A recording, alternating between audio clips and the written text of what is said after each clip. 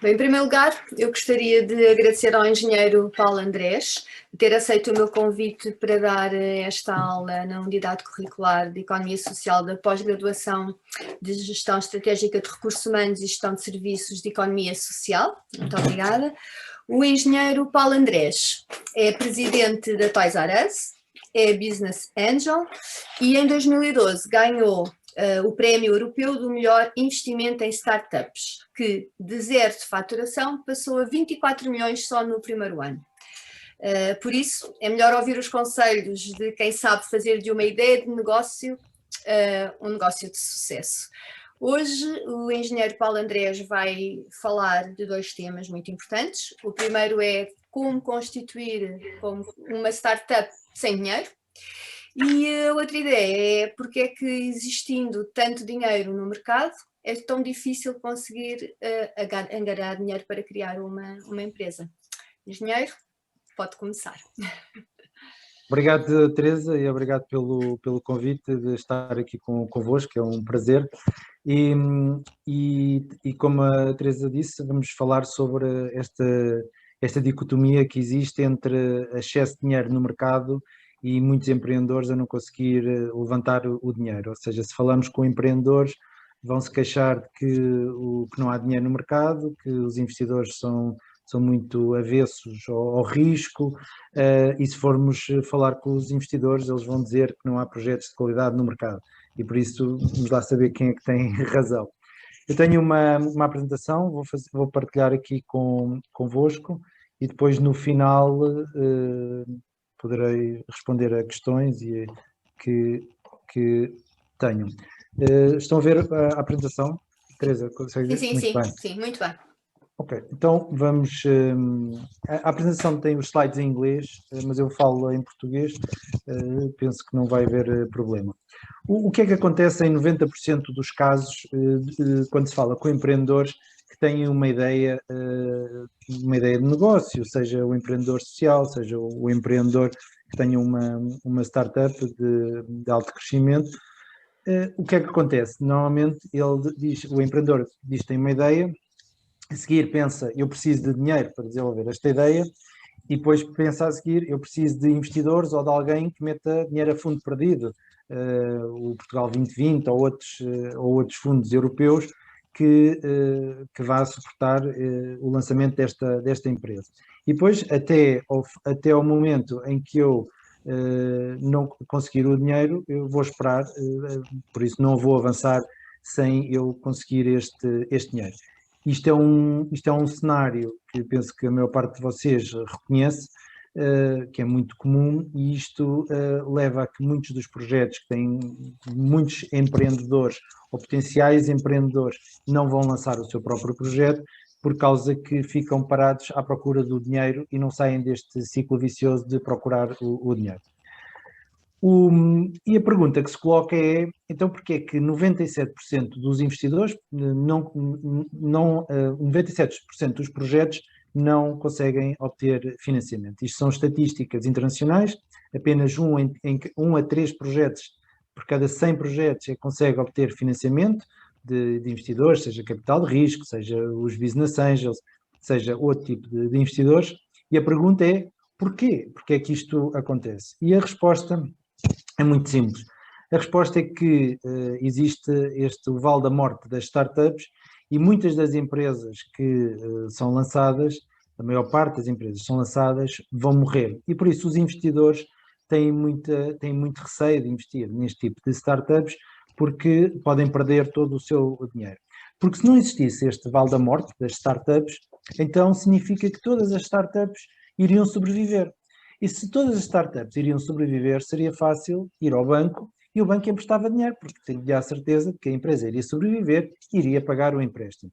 E, naturalmente, não era necessário sequer investidores, porque os investidores não seriam necessários, porque o banco iria emprestar a taxa de juros muito, muito baixa. Por outro lado, as pessoas muitas vezes também não precisariam, eventualmente, de ir ao banco, porque não teriam qualquer tipo de risco, investiam o seu próprio dinheiro, teriam acumulado com as suas poupanças e por isso não haveria esse risco. Mas na realidade este é o problema que existe, é este vale da morte das startups e é este vale da morte que inibe os investidores de investir em startups ou também inibe os empreendedores de avançar com os projetos porque existe este problema. Se verificarmos este gráfico, nós temos aqui dois eixos. Temos o eixo horizontal, e o eixo horizontal fala do tempo. Significa que se nós conseguirmos fazer o lançamento de uma startup em menos tempo, à partida vamos ter menos risco. Por isso, lançar uma startup que vai demorar 5 anos a chegar ao mercado tem muito risco, porque vamos consumir muito dinheiro, vamos consumir muitos recursos. Por outro lado, também temos o outro eixo, que é o eixo vertical, que fala do cash flow. E o cash flow tem a ver com a necessidade de dinheiro. E por isso também podemos ver neste gráfico que se nós precisarmos de menos dinheiro para lançar uma startup, ou se consumirmos menos dinheiro ao longo da vida da startup, nomeadamente chamado em termos ingleses cash burn, significa que também reduzimos a probabilidade de ficarmos no vale da morte. E são dois eixos muito relevantes para o resto da nossa apresentação. Então, imaginemos que vocês têm 100 mil euros num banco seguro, ou seja, pode não ser um banco português, se tiverem receio dos bancos portugueses, escolham o melhor banco do mundo e que está garantido pelo Banco Mundial, o vosso dinheiro está garantido pelo Banco Mundial, pelas Nações Unidas, pelo Banco Central Europeu, Fundo Monetário Internacional, por todas estas entidades. Por isso, vocês não têm qualquer tipo de risco. E vocês têm um juros de 4%. Vamos supor que vocês têm estes 100 mil euros e têm juros garantidos de 4%. E agora aparece-vos um colega vosso, penso que foi do ano anterior, que é o Zé Fir, em que ele basicamente tem uma ideia fantástica de investimento e ele diz que vos vai pagar 5% anualmente. Ou seja, nós temos no banco seguro 4% e agora aparece aqui o empreendedor com 5%, que oferece 5%. Se vocês forem ver, 5% é 25% mais de 4%. E isto é uma coisa brutal, ou seja, isto é uma oportunidade única na vida de uma pessoa fazer este tipo de investimento. E por isso a pergunta que se coloca é, vocês têm basicamente duas hipóteses, de três hipóteses, 0% em casa, vamos supor que vocês levam o dinheiro para casa, têm 0%, 4% no Banco Seguro e 5% no vosso colega, que é o Zé Fir. E a pergunta é, quais é que destas três hipóteses, e considerando que não têm mais nenhuma outra alternativa de investimento, qual é que destas três hipóteses vocês querem investir? Penso que não temos, não sei se há aqui alguém que podemos ver aqui no chat, algumas respostas ou não. Muito bem. Vocês não querem investir no Zephyr e eu realmente fico um bocadinho surpreendido porque é que não querem investir no Zephyr. Um projeto fantástico, um empreendedor fantástico, uma rentabilidade fantástica. Tenho aqui, não consigo compreender porque é que não querem investir no Zephyr. Mas vamos agora, tenho aqui uma nova informação que é o Banco Mundial decidiu apoiar os empreendedores em Portugal e por isso, se o Zephyr não vos der os tais 5%, o Banco Mundial garante que imediatamente, sem perguntas, vos garante os 5% e dá-vos os 5% de juros. E por isso, voltamos a ter as três hipóteses, 0% em casa, dinheiro em casa, 4% no banco e 5% no Zephyr, mas garantido pelo Banco Mundial. E a pergunta é, onde é que vamos pôr o dinheiro, o nosso dinheiro, os 100 mil euros, e naturalmente todos querem investir no Zephyr. E por isso a pergunta que se coloca é, ou seja, há 2 minutos atrás ninguém queria investir no Zephyr e agora, passado 2 minutos, já todos querem investir no Zephyr. Qual é que é a questão que aconteceu aqui neste período? E a questão tem a ver com risco, tem a ver com a questão da diminuição de risco. Porque ao diminuirmos o risco, significa que a vontade dos investidores investir numa empresa aumenta. Significa que se diminuirmos o risco, o banco também vai ter maior vontade para fazer um empréstimo. Se diminuirmos o risco, da empresa, significa que muitos empreendedores que estavam com receio de avançar e que só avançariam se tivessem fundo perdido ou tivessem investidores externos, vão avançar. E por isso, o que nós temos que tentar fazer é perceber como é que a gente consegue fazer essa diminuição de risco. Nós temos aqui um gráfico que mostra do lado esquerdo, no eixo vertical, a probabilidade de um empreendedor levantar dinheiro para o seu projeto. E aqui também pode ser, em vez de dizer para levantar dinheiro para o seu projeto, pode ser avançar com a empresa. Também pode ser, é o mesmo gráfico. E temos no eixo horizontal os riscos mitigados, ou seja, quais é que foi a redução de riscos que foi feita. Se nós formos ver em qualquer projeto, basicamente temos 5 riscos. Temos o risco de mercado, ou seja, vai haver clientes para este produto ou não. Como é que a concorrência vai reagir ao nosso produto? Depois temos o risco de equipa, ou risco do empreendedor. Se o empreendedor tem todas as capacidades, tem todos os conhecimentos, e a equipa de lançar o projeto, ou só é um engenheiro, cientista com uma ideia louca, mas não consegue vender, não tem conhecimentos de gestão, não tem conhecimentos de marketing. Depois temos o risco legal. O risco legal é um risco muito importante porque muitas vezes nós precisamos de uma autorização, precisamos de uma licença, podemos estar a infringir uma patente e este risco é um risco muito relevante que temos que também mitigar. Depois temos o risco financeiro. O risco financeiro é um risco de se estamos dependentes de um cliente, se estamos de um cliente pagar dinheiro, se estamos dependentes de entrada de um financiamento do banco, se estamos dependentes da entrada de novos investidores e se isso eventualmente não ocorrer, a empresa pode falhar. E por último temos o risco operacional, é se o empreendedor sabe fazer aquilo que ele quer fazer ou se é a primeira vez que está a fazer. Vamos supor que é um protótipo, que é uma ideia que o empreendedor tem, se o empreendedor consegue, de facto, aquela ideia consegue, de facto, o produto ter a performance que o empreendedor promete ou tem isso em ideia. E porquê é que isto é muito, muito relevante? Porque se nós formos a ver aqui neste gráfico, nós temos umas entidades, que normalmente são os maus da fita, que são os bancos, que só aceitam um bocadinho de risco. E se o projeto tiver mais risco, temos que ir para uma entidade com uma garantia mútua em Portugal, a Lisgarante, no caso de Lisboa, a Norgarante, no caso do Porto, que para dar uma garantia ao banco, no caso do empreendedor falhar. Mas se o projeto tiver mais risco, nós então temos que ir às capitais de risco. Os empreendedores têm que ir às capitais de risco. Mas se o projeto tiver mais risco, então temos que ir, ou o empreendedor tem que ir aos business angels. Se tiver mais risco ainda, tem que ir a umas plataformas de crowdfunding que as pessoas vão investir pequenos montantes, e por isso o risco das pessoas é menor, e por isso normalmente aceitam maiores riscos nesse tipo de plataformas. A partir daí, só há mais uma solução, que é os ICOs, que vocês já ouviram falar do Initial Coin Offering, muitas vezes na internet, que são empresas que lançam chamados os IPOs na internet.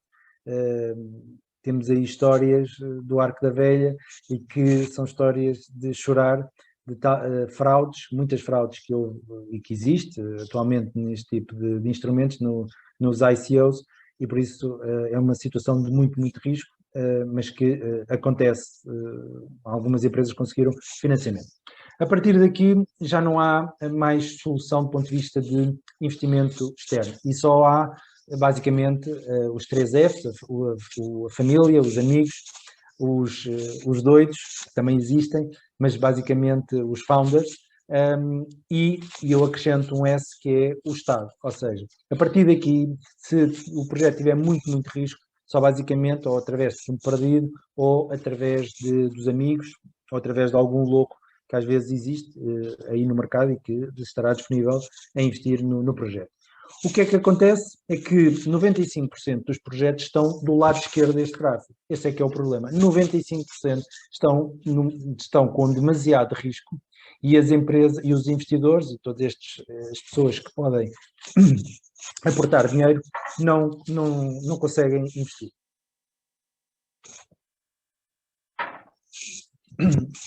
Por isso, um empreendedor que tem um projeto que está do lado esquerdo deste gráfico. E é um empreendedor que de manhã acordou e pensou que pega na torneira e que faz um processo miraculoso, transforma a água em petróleo, em gasolina, e que automaticamente, através da água, consegue pôr logo gasolina no carro. Pronto, e ele pensou neste projeto, é uma pessoa que teve uma ideia, teve um sonho, e vai ao banco e pede 5 milhões de euros para este projeto. Naturalmente, ele nem sequer é cientista, nem, não tem nenhumas qualificações para pensar neste projeto, e naturalmente, ninguém vai emprestar dinheiro a esse empreendedor. Do lado direito, nós temos o empreendedor que conhece a área onde ele está a fazer, o que ele está a trabalhar, conhece clientes, já falou com clientes, já recebeu ordens de encomendas de clientes, até já recebeu adiantamentos por parte de clientes, tem uma equipa excelente que já trabalha nesta área, que já conhece o produto que desenvolve, já desenvolveu o produto, já tem clientes satisfeitos e por isso estamos num outro tipo de praticamente sem risco do lado direito deste gráfico. O que é que acontece? É que como temos 95% dos projetos do lado esquerdo, só para estes projetos, ou eles vão arranjar uns amigos, ou família, ou o Estado através do fundo perdido, e esperam aí sentados a ver se conseguem arranjar esse financiamento, ou então têm que fazer uma coisa que é basicamente diminuir o risco do projeto. Ao diminuir o risco do projeto, o projeto passa a ser financiável e passa a poder ter financiamento e conseguem lançar o projeto nesse sentido. O que é muito importante para as pessoas pensarem quando estão a falar com bancos ou com investidores é que uma coisa é a percepção de risco, outra coisa é o risco real. E os empreendedores, porque trabalham no projeto já há muitos meses ou anos, eles acham que não há determinado tipo de risco no projeto. Mas um investidor que não é da área, ou que não conhece em detalhe o projeto, ele, na sua mente, vai achar que tem muito risco o projeto. E por isso é muito importante, o que interessa para o investidor não é o risco real, porque ele não conhece o risco real. Ele conhece a percepção de risco. E isto é muito, muito relevante, porque eu vejo empreendedores a falar com investidores como se o investidor dominasse tudo o que o empreendedor estivesse ali a dizer. E por isso, quando o empreendedor está a falar com investidores ou com o banco, ele tem que trazer evidências daquilo que está a dizer para transformar a percepção de risco no risco real. Isso é um primeiro passo que o empreendedor tem que fazer, que é transformar a percepção de risco em risco real. Agora vamos ao detalhe e vamos perceber porque é que os investidores rejeitam estes deals, não é? Ou seja, estes investimentos por parte de startups. E basicamente há 2 estudos internacionais que eu recomendo que vocês possam fazer uma leitura atenta dos mesmos, do qual eu trago aqui algum resumo. Um que é da CB Insights, que é nos Estados Unidos, eles analisaram investidores americanos, por isso investidores que investem em startups, investem em Silicon Valley, e perceberam as razões porque é que eles não investiram nas empresas e porque é que as empresas falham, porque é que as startups falham e porque é que são esses os maiores riscos que os investidores têm receio que venha a ocorrer nessas startups. E depois há um estudo muito detalhado, com mais de 600 investidores a nível europeu, da EBAN, que é o Why Business Angels Do Not Invest. E este estudo, nomeadamente a nível europeu, nós estamos em Portugal, 87,6% dos projetos não tiveram investimento porque tinham demasiados riscos. 87,6%. Não é por causa que não tinha potencial. Eu quando falo com empreendedores e pergunto, mas porquê é que vocês acham, porquê é que tu achas que os investidores não investiram no teu projeto? Porque eu não consegui mostrar que ele tinha potencial. Quando vocês, empreendedores, falam, por exemplo, com algumas incubadoras, o que é que se focam? Focam em mostrar o potencial do projeto. E por isso, se o projeto está a começar só em Lisboa, se calhar vocês são aconselhados, não digam que vão começar em Lisboa e depois vão para o Porto e depois para Braga e depois é para a Espanha e em 3 anos estão no mundo inteiro. Pronto, basicamente é este o filme que é para mostrar potencial. E depois, naturalmente, com este potencial tão grande de tantas vendas, a empresa vale bilhões, né? E por isso, a questão do potencial, se vocês forem ver aqui no potencial, só 7% dos projetos, 7% dos projetos é que não tinham potencial interessante para os investidores. Por isso, significa que grande parte dos projetos, a maior parte dos projetos, mais de 90% dos projetos, tem potencial suficiente para os investidores. Significa que, se tudo aquilo acontecesse, se alguém dissesse, não, isto vai mesmo acontecer, estou aqui a garantir que isto vai acontecer, os investidores teriam investido no projeto. Isto é muito, muito relevante para a análise quando se fala com os investidores. A segunda razão, porque eles não investiram, é porque a avaliação é muito elevada. Ou seja, o projeto é fantástico, está bem mitigado, o risco, não tem risco, mas o empreendedor acha que aquilo vale bilhões e por isso o investidor não vai querer investir porque eventualmente pode perder dinheiro. Ou seja, o projeto até pode ganhar dinheiro em si, mas não consegue atingir aquelas valorizações que o empreendedor está a pedir.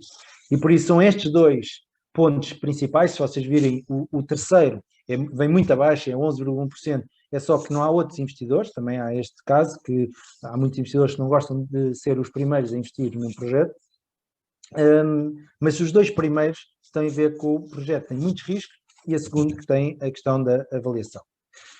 E a pergunta que foi feita a estes investidores que investem em startups, são investidores a nível europeu, foi, ok, se os riscos do projeto forem reduzidos, se a vontade dos investidores aumenta ou não. E o resultado é claro, 96,2% diz, sim, se o projeto diminuir os riscos, a minha vontade de investir aumenta. Não quer dizer que vão investir, mas que aumenta.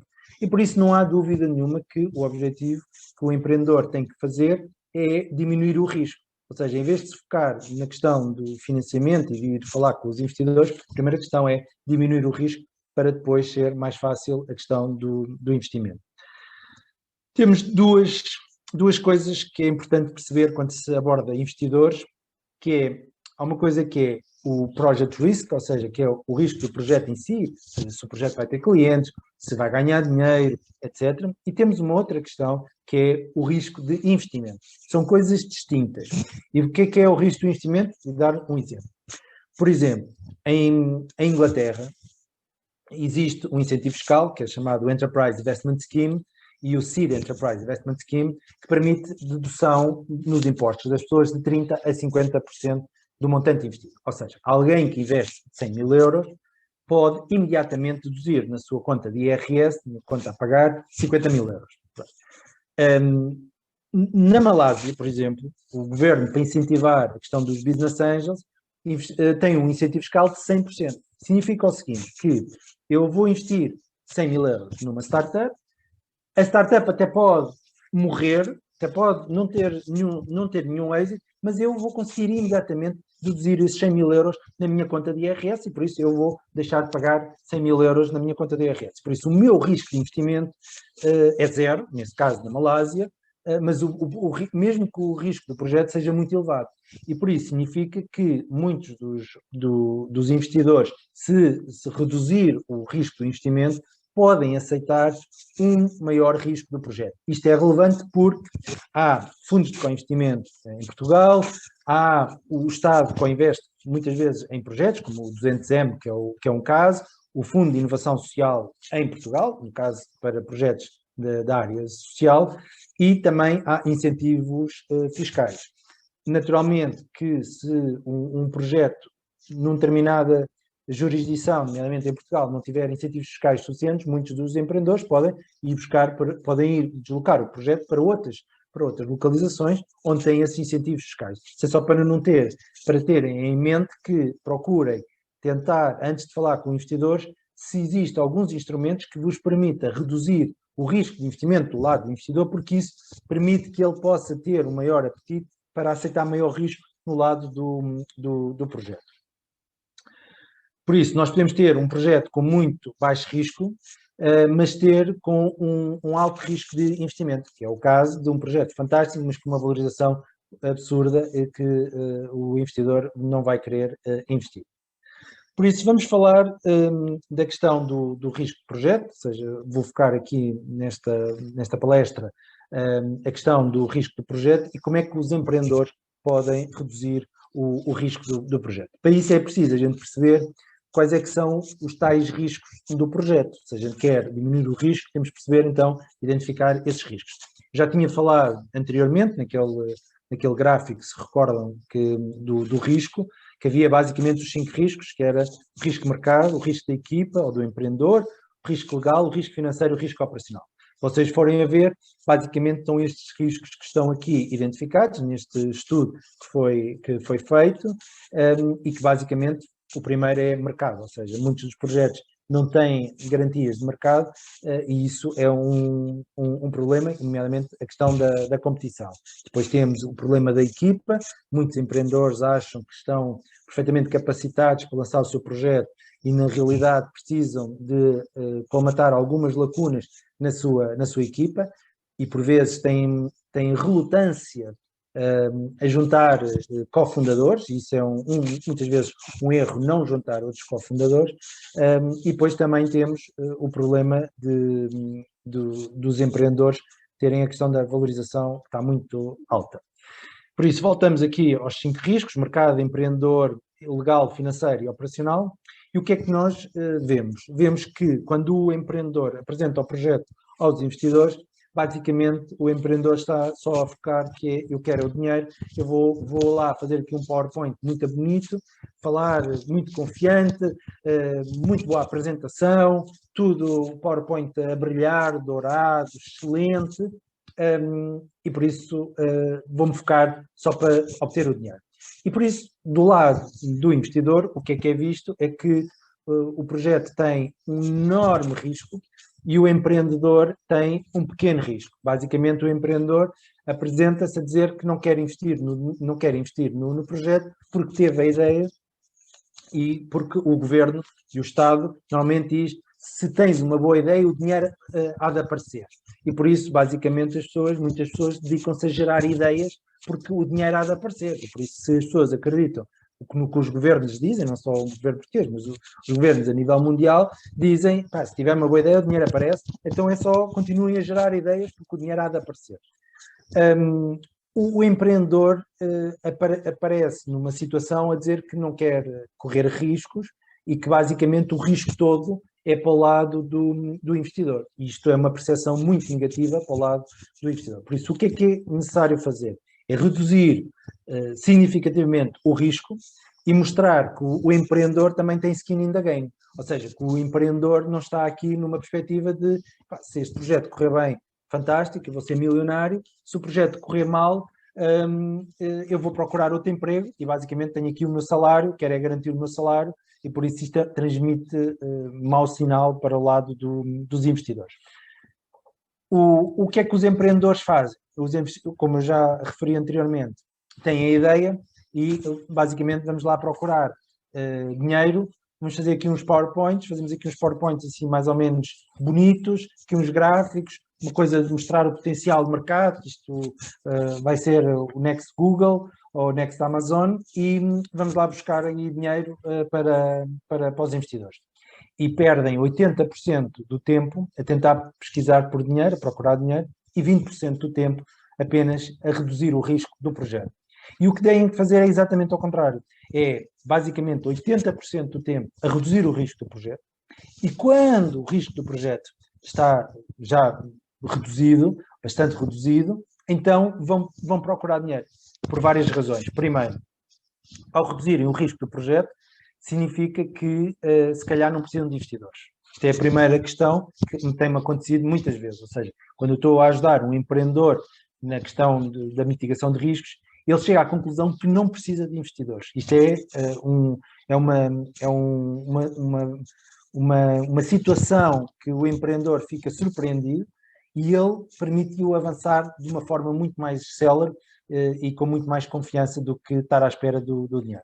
Segunda razão, ao diminuir o risco do projeto e ao diminuir, mitigar os riscos, significa que, se calhar, muitos dos investimentos que estavam previstos já não são necessários e, por isso, se calhar, antes precisavam de 1 milhão de euros, se calhar hoje agora só precisam de 200 mil euros. E se calhar com 200 mil euros é mais fácil arranjar 200 mil euros do que arranjar 1 milhão de euros. E por isso será mais fácil também obter investidores. Se com menos dinheiro conseguem ter a mesma rentabilidade, significa que a rentabilidade que vão dar aos investidores é superior e por isso também conseguem captar mais facilmente investidores. E por isso é uma situação que os empreendedores devem fazer, é mitigar riscos e depois procurar dinheiro e não o restante. Como é que este processo se deve fazer?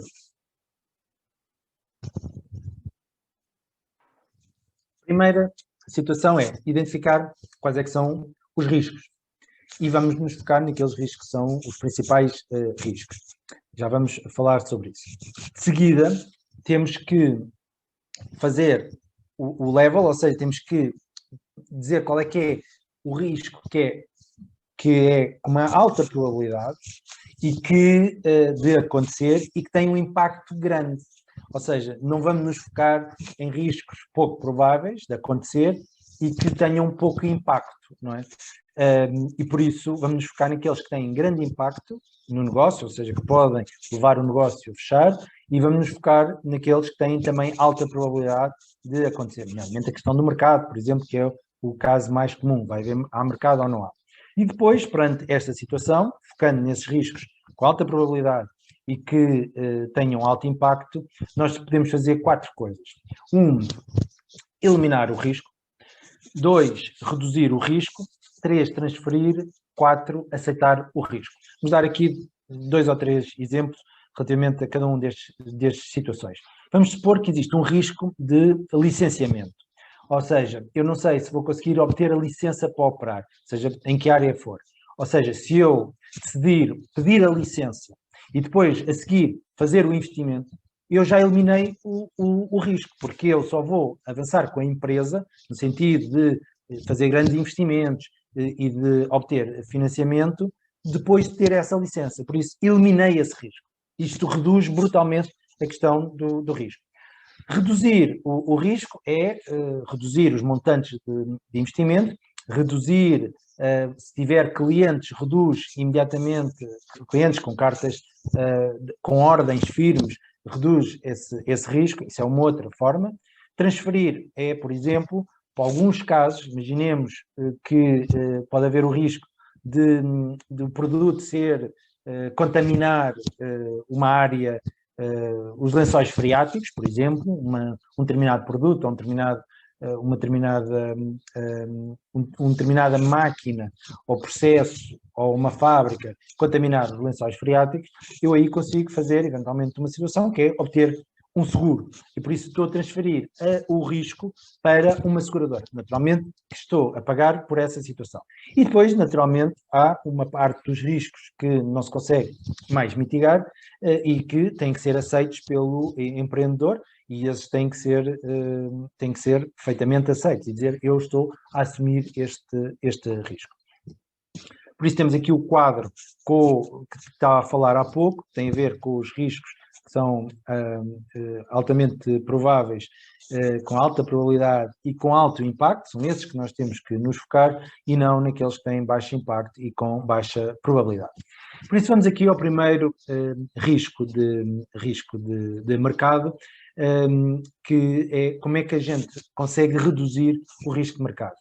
Por exemplo, se tivermos um projeto que seja para vender ao consumidor um determinado dispositivo, o que quer que seja, consegue-se reduzir o risco se fizermos, por exemplo, uma campanha chamada Reward Crowdfunding, que é uma campanha de recompensa em que eu vendo o produto antecipadamente a potenciais interessados no produto. Um dos meus investimentos foi na Finster, e eu disse ao empreendedor que só iria investir se ele tivesse sucesso numa campanha de crowdfunding nos Estados Unidos, no Indiegogo ou no Kickstarter, e foi após essa campanha de crowdfunding que eles fizeram, que tiveram clientes do mundo inteiro a comprar o produto antecipadamente, que eu confirmei que de facto havia procura para este tipo de produto e decidi investir na Finester. Hoje é um projeto de bastante sucesso, já saí do projeto há 2 anos, com uma remuneração muito interessante também, do ponto de vista de Business Angel, e por isso foi um caso de sucesso, é um caso de sucesso, e esse caso de sucesso aconteceu porque eles foram fazer uma campanha de crowdfunding. Se eles fossem bater porta a porta, fazer só o site, dificilmente teriam tido o crescimento que tiveram e o êxito que tiveram. E por isso, a primeira questão que se coloca é, uma primeira hipótese é, em vez de estarem à procura de dinheiro, vão colocar esses produtos à venda na internet para este tipo de clientes que paga antecipadamente por esses produtos. A segunda situação é, se vocês tiverem um projeto business to business, ou seja, para vender a empresas, isso significa que vocês podem fazer uma coisa que é aprovar amostras do vosso produto junto desses clientes. Isso é muito, muito relevante. Porquê? Porque esses clientes, ao aprovar o vosso produto, significa que vão poder comprar esse vosso produto. E isso é muito importante, porque vocês vão dizer que vocês têm o melhor produto do mundo, e perguntam ao cliente, olha, nós temos, vamos supor, a melhor chávena do mundo, mais resistente do mundo, ao melhor preço do mundo, tudo. O que é que vocês acham que o cliente vai dizer? Sim, estou interessado. Mas o que vocês dizem que é a melhor coisa do mundo, se calhar ele não tem a mesma percepção. E por isso vocês têm que lhes mostrar o vosso produto, que o cliente possa testar, possa verificar que de facto esse é o melhor produto do mundo e que ele estará na disposição de comprar esse vosso produto.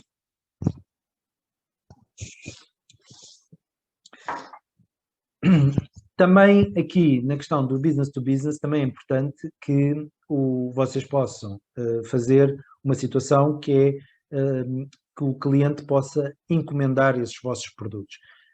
E isso, obviamente, se conseguirem um cliente que pague esses produtos ou esse serviço à partida, à cabeça, isso é muito interessante. Nomeadamente na área de software. Há muitas empresas de software que querem lançar, desenvolver um software e se conseguirem arranjar um cliente que lhes paga o desenvolvimento inicial, depois podem pegar nessa base e vender esse produto noutros clientes ou noutros mercados, e isso é uma coisa bastante interessante. Naturalmente que ir para o mercado do consumidor final, business to consumer, muitas vezes exige investimentos de marketing muito elevados, e isso é uma coisa que os investidores não gostam, porque basicamente podem perder muito dinheiro nessa situação, mas aí vocês podem tentar transformar um business to consumer em business to business. Vamos dar um exemplo que seja simples de pensar. Por exemplo, um restaurante. Vamos abrir um restaurante em que o restaurante naturalmente precisa de clientes individuais, mas nós não sabemos se vai terá êxito ter ali o restaurante naquele local, porque não sabemos se vai haver clientes suficientes. Como é que nós conseguimos reduzir esse risco antes de abrir o restaurante? É, por exemplo, falar com empresas, fazer catering para empresas, fazer fornecimento de refeições para empresas que estejam ali à volta e com isso garantir um determinado nível de faturação para o restaurante.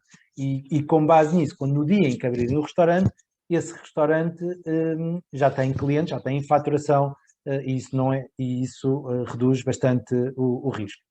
Também transformar fornecedores em clientes, isso também é uma coisa bastante interessante, e posso-vos dar aqui um exemplo que aconteceu recentemente com uma empresa do qual eu sou investidor.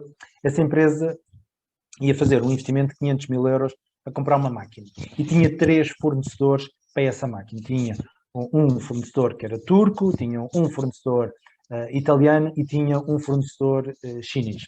Os chineses eram o mais barato e os empreendedores queriam comprar no chinês essa máquina. O chinês era um fornecedor credível, no sentido que já tinha fornecido outras indústrias e por isso não é um chinês com produto que fosse mau, a qualidade aparentemente também era boa, e por isso os empreendedores queriam comprar aos chineses porque iam poupar basicamente 100 mil euros na máquina comprando aos chineses. estávamos no conselho de administração dessa empresa e eu pedi para analisar quem é que eram os três fornecedores deste tipo de produto.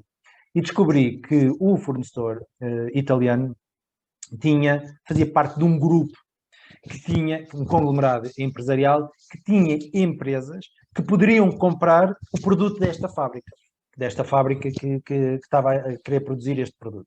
E então eu disse ao empreendedor o seguinte: olha, porquê é que vocês não falam com os italianos a dizer, vocês têm o preço mais caro de todos, mas há aqui uma coisa que a gente pode tentar fazer para vos comprar a vocês a máquina. Vocês têm esta empresa no grupo, se esta empresa nos fizer a ordem de encomenda no montante de 2 milhões de euros, nós compramos a máquina a vocês. O que é que aconteceu?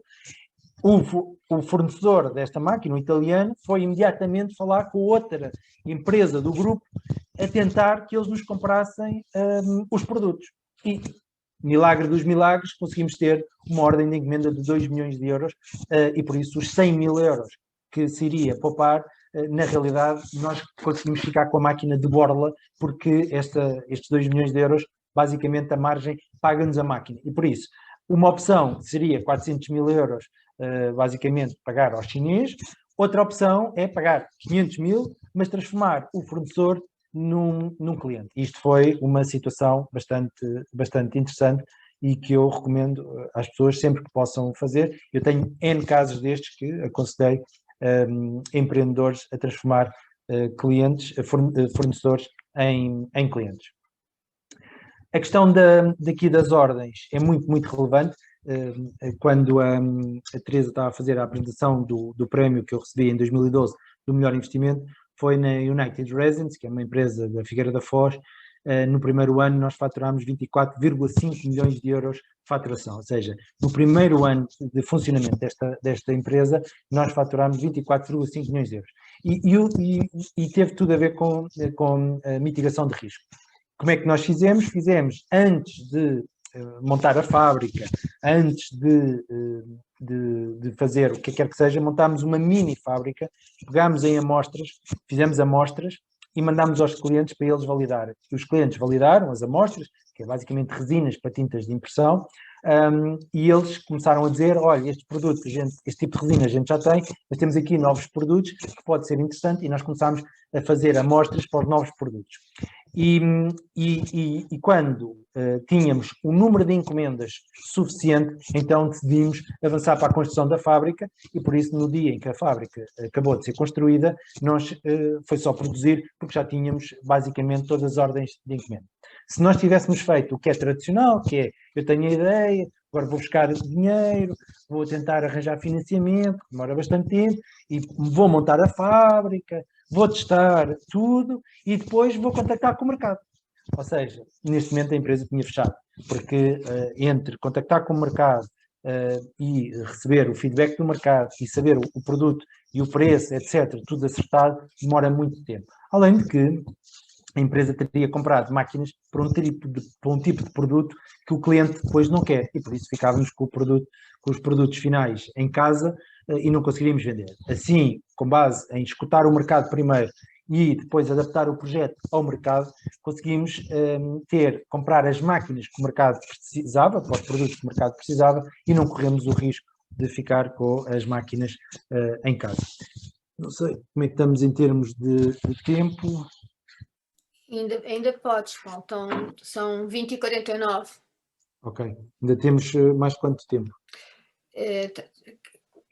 Mas depois meia hora? Gostava de haver, sim, gostava que pudesse abrir a perguntas, não é? Está bem. Até porque tenho um desafio para ti. Ah, é? Um desafio, está bem. Não, o desafio que é financiar financiar o Zefir. Não, o Zefir não, porque esse aí não é o Zefir, que esse teve o apoio do Banco Mundial e portanto esse já tem muitos investidores. Não, o desafio é outro, vais ter que, como isto é o âmbito da disciplina de Economia Social, eu gostava que tu, vou-te dar uma ideia e tu vais ter que, aqui em direto, montar um desafio, exatamente. Nós não tens nenhum, não tens dinheiro, ninguém quis investir no teu projeto, Ok. E tu vais ter que criar cacifos para os sem-abrigo. Está bem. Cacifos para os sem-abrigo? Cacifos para os sem-abrigo. Mas espera, para os sem, não é para os sem-abrigo dormir, não é? Não é Não, não, aquela... não, para porem as coisas, para porem os seus Ok. objetos, Está bem. porque Ok. eles dormem na rua, não têm onde colocar as coisas, não é? Andam sempre com Está bem. tudo. Ok. Portanto, é um desafio que vais ter que criar uma empresa sem dinheiro, ninguém investiu em ti, Ok. nem o Banco Mundial. Muito bem. Mas continua, depois fazes isso. Ok. Para diminuir o risco do empreendedor ou o risco da equipa, o que é possível fazer? Ou seja, se houver um cientista, um engenheiro que tem uma ideia de um produto, mas não tem capacidade de gestão, pode juntar um cofundador na área de gestão ou de marketing, que seja, isso reduz naturalmente o risco. Pode, para uma função específica, juntar um interim manager, vamos supor alguém que tem que desenvolver software, não vai contratar, se calhar, não vai pôr na equipa, se calhar alguém que tenha muita experiência de software, porque aquilo é desenvolver durante 3 meses, 4 meses, e se calhar pode contratar um gestor só para gerir aquele projeto específico durante 3 a 4 meses, para garantir que não há risco do projeto descambar. Pode juntar também alguns investidores durante uma pequena parte do tempo do lançamento, ou seja, de explicar, olha, para esta função específica não temos ninguém, e vocês, como investidores, vocês podem nos ajudar nesta parte. Por isso também é possível fazer. Eu tenho, nos meus projetos, eu neste momento tenho um portfólio de 11 projetos, onde sou investidor, e desses 11 projetos, na maior parte deles, no início, estive a participar no desenvolvimento do projeto e apoiei os empreendedores em várias funções. Fazer parcerias estratégicas com parceiros credíveis. Eu lembro-me de um projeto há uns anos na DNA Cascais, que apareceu-me lá um empreendedor com o desenho de um carro, que ele queria produzir um carro desportivo elétrico, há muitos anos, elétrico, e que ele queria montar uma fábrica em Portugal, etc. E o que eu lhe aconselhei foi ele focar-se na questão da marca, e na questão do design do carro, e no branding e no marketing, e deixar o fabrico para outros, porque há muitas fábricas na Europa que produzem em pequenas séries, etc. O empreendedor, não, eu quero construir uma fábrica, e depois, naturalmente, ele não tinha experiência de montagem de fábricas de automóveis, não tinha experiência de mecânica, da parte elétrica, etc. Era basicamente um gestor, um designer, e gestor, mas não tinha conhecimentos do resto, e por isso não conseguiu, obviamente, obter financiamento para esse tipo de situação. Se esse empreendedor tivesse feito uma parceria com algum fabricante de automóveis que fizesse a produção, já seria uma coisa bastante diferente. Uma coisa bastante relevante do lado dos investidores é, se o projeto correr mal, o que é que acontece ao empreendedor?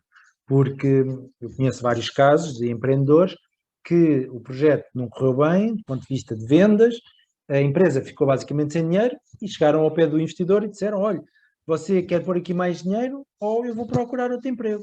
E pronto, e abandonaram o projeto, arranjaram outro emprego e deixaram lá o projeto abandonado, e o investidor é que, pronto, perdeu o dinheiro, basicamente, depois encerraram a empresa. É muito importante perceber qual é que é o plano B do lado do empreendedor, ou seja, dizer assim, se o projeto falhar e se eu tiver que cortar salários, eu consigo sobreviver, por exemplo, um ano, porque os meus pais, minha mulher, o meu marido, o que seja, conseguem apoiar-me neste projeto. Isso é muito relevante, não abandona logo o projeto à primeira dificuldade.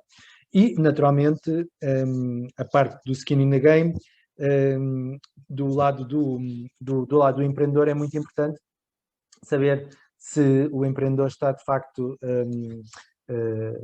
committed com o projeto ou não. É importante esta situação porque os empreendedores chegam ao lado dos investidores e dizem, eu não tenho dinheiro porque eu tenho aqui ideias, ou estou aqui a gerar a ideia, e por isso você é que tem que pôr o dinheiro todo no projeto. Né?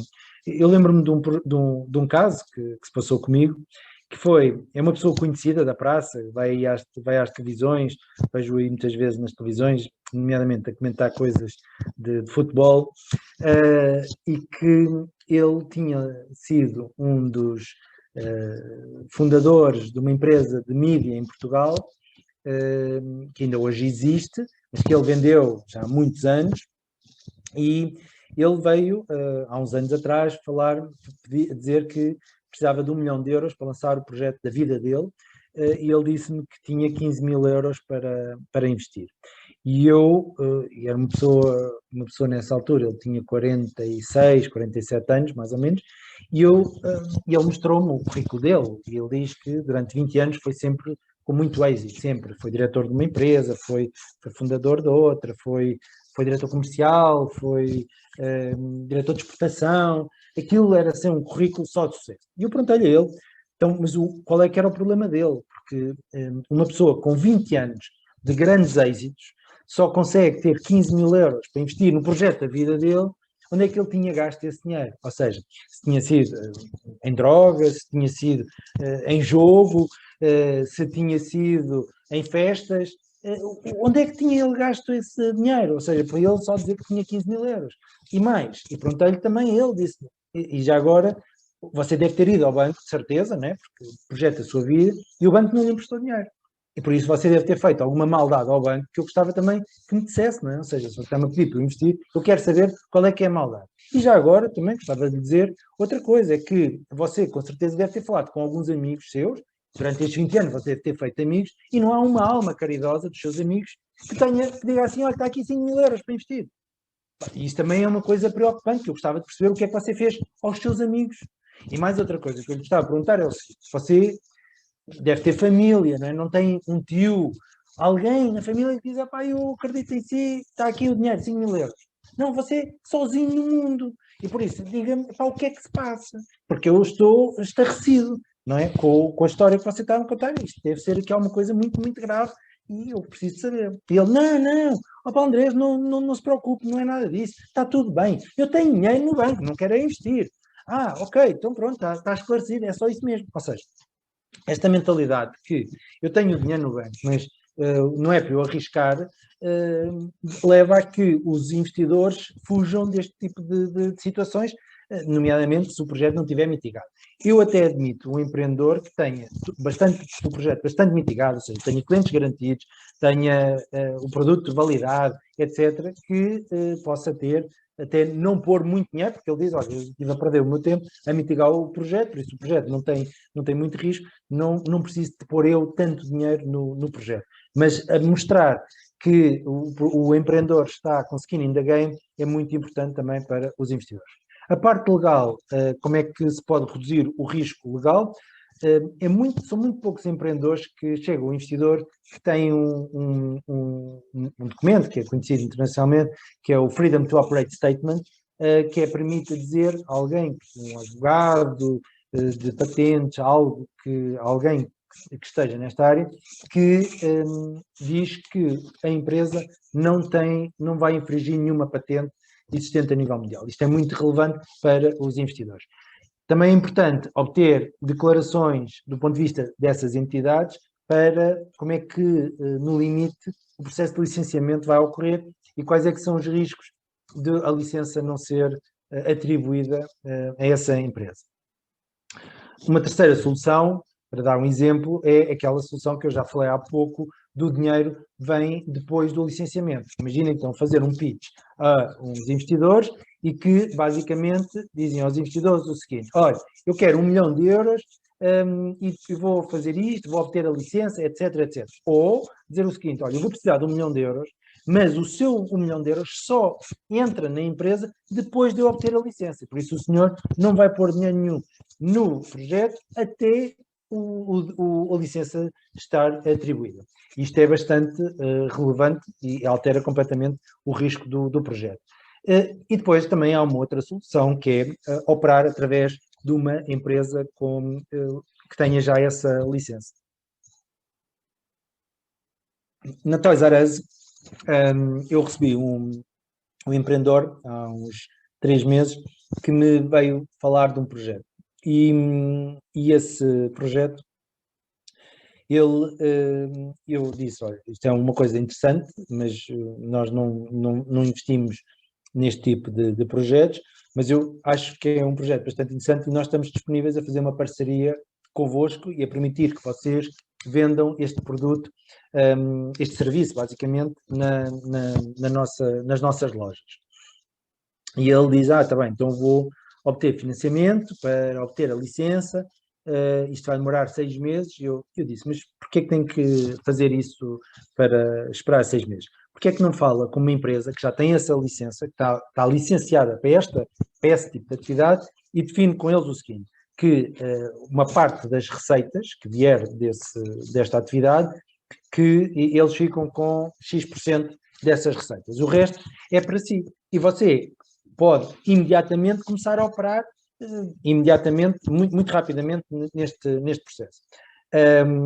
E o empreendedor pensou, mas eu não tenho nenhum contacto. Eu dei-lhe um contacto de uma empresa licenciada e ele falou com essa empresa. Chegaram a acordo. Depois apareceu o Covid, ainda não se avançou, mas é um projeto que vai avançar. Isso significa o seguinte, imaginemos uma agência de viagens, por exemplo. Alguém quer fazer um projeto para turismo de grafites. Vou dar uma ideia. Alguém que quer fazer um turismo de grafites e tem que ter licença para ser uma agência de viagens, etc., pode chegar a uma agência de viagens. Até pode ser em Bragança. A agência de viagens em Bragança até pode ser uma agência de viagens especializada no setor religioso, que é para não haver aqui potenciais concorrência no futuro. E chega lá o empreendedor e diz assim, olha, eu quero lançar este projeto e é para fazer estes tours, vocês podem comercializar este produto através do vosso nome, ou seja, este projeto vai ter aqui um nome, mas que é powered by a vossa agência, vocês recebem o dinheiro do lado dos clientes e eu sou prestador de serviço e eu vou fazer esses tours, etc. E vamos testar o mercado. Ao fim de 6 meses, 7 meses, 8 meses, se houver mercado, então vamos avançar para o licenciamento da agência de viagens e os custos todos inerentes. Se não houver mercado, não se perdeu nada, não há investimento e por isso também não há risco. Esta questão de acelerar a entrada no mercado através de empresas licenciadas é muito relevante e tem ajudado vários empreendedores a fazer esse tipo de mitigação de risco. A parte financeira, esta é uma das partes mais relevantes que existe e que tem a ver também com a diminuição do montante necessário de investimento. Eu, quando falo com um empreendedor que vem falar de 1 milhão de euros, depois de falarmos, ele precisa normalmente no máximo de 250 mil euros. Máximo 250 mil euros, muitas vezes consigo inclusive pôr projetos que ele inicialmente pensava de 1 milhão de euros a necessitar de 20, 25 mil euros do projeto para avançar e para ir para o mercado e para operar no mercado. E naturalmente o que acontece muitas vezes é o empreendedor quer comprar um determinado produto em vez do alugar. E por isso, muitas vezes, por exemplo, vamos supor que alguém quer montar uma lavandaria e que precisa de uma caminhonete para fazer o transporte. Porquê é que precisa de comprar? Porquê é que não aluga durante 5 meses ou 4 meses uma caminhonete, na Avis ou no que seja que for, uma carrinha, ou noutro mercado qualquer, e se correr bem, se tiver clientes, logo compra a carrinha. Se não tiver clientes, perdeu ali aquele dinheiro dos 5 meses do aluguer, mas também não corre risco. Não precisa de estar a comprar uma carrinha imediatamente, porque isso vai pôr necessidades de cash bastante elevadas. Outra situação que acontece no software, isto é mato, isto é quase em cada empreendedor que eu falo e que tem desenvolvimento de software, este cai lá sempre, que é os empreendedores querem desenvolver software que demora bastante tempo e tem muitos custos, 20, 30 mil euros, 50, 100 mil euros, o que seja. E vão perder 1 ano, 2 anos a desenvolver o software. E por isso, uma das questões que acontece nestes casos é arranjar software as a service, ou seja, software que tem um aluguer e que imediatamente a pessoa pode começar. Por exemplo, alguém que quer fazer uma agência de viagens, em vez de estar a desenvolver um software de agência de viagens, que é capaz de custar 20, 30 mil euros de desenvolvimento, a desenvolver, pode ir a uma plataforma, por exemplo, que eu recomendo sempre aos empreendedores, capterra.com, capterra.com, e que tem lá todo o tipo de softwares e que as pessoas podem alugar esse software. Alguém quer montar uma agência de viagens, pode pagar $50 por mês, 40 euros por mês, e em 24 horas tem o software online e a sua agência de viagens a funcionar. Em 24 horas. Versus o desenvolvimento de uma plataforma, investimento, a entrada no mercado a ser atrasada, isso é bastante complicado. Outra forma também de fazer, isto obviamente criatividade, isto é bastante importante, é dizer o seguinte: olha, vocês, por exemplo, uma empresa que tenha um software de marketplace e o empreendedor quer desenvolver o marketplace. Em vez de estar a desenvolver e pagar 20, 30, 50, 100, 200 mil euros do software, pode chegar a essa empresa e dizer o seguinte: olha, vocês mantêm o software e eu pago-vos 3%, ou 4%, ou 5%, ou 2%, 1%, ou o que seja, da faturação que a empresa vier a ter, das vendas que vier a ter. A empresa já tem lá o software, já fez o investimento, não tem muito a perder, se calhar aceita. Com isso, em vez de estar à procura de 200 mil euros para investidores, para os investidores aportarem 200 mil euros para o projeto, vamos supor, já não necessita. E eu vejo muitos empreendedores que basicamente estão a fazer o fundraising para desenvolver software. E a partir do momento que, podem alugar, 2, podem fazer uma parceria com uma empresa de software, já não necessitam dos investidores. Já não é necessário esse dinheiro. E isso acelera brutalmente a questão da entrada no mercado e também o risco do projeto. Uma outra questão que tem a ver com a forma como é que se fala com o banco, com os investidores, tem a ver com o risco que o investimento tem. Uma coisa é eu chegar e dizer assim: olha, eu vou precisar de 1 milhão de euros porque quero iniciar aqui em Lisboa com uma pequena máquina, 50 mil euros, e começar a vender aqui em Lisboa este produto. Se isto tiver bastante êxito, se eu tiver 5 mil clientes, eu então vou comprar uma máquina que é bastante superior, que custa 150 mil euros, e essa sim já me vai ajudar a ter muito mais clientes. E quando eu tiver 15 mil clientes em Lisboa, então vou para o Porto. E aí para o Porto vou pôr a pequena máquina outra vez lá, mas depois, se tiver sucesso, vou precisar de 150 mil euros. E é quando já tiver sucesso lá no Porto. E depois eu vou querer ir para Coimbra, e depois vou querer ir depois vou querer ir para Madrid. E por isso, nisto tudo são 1 milhão de euros.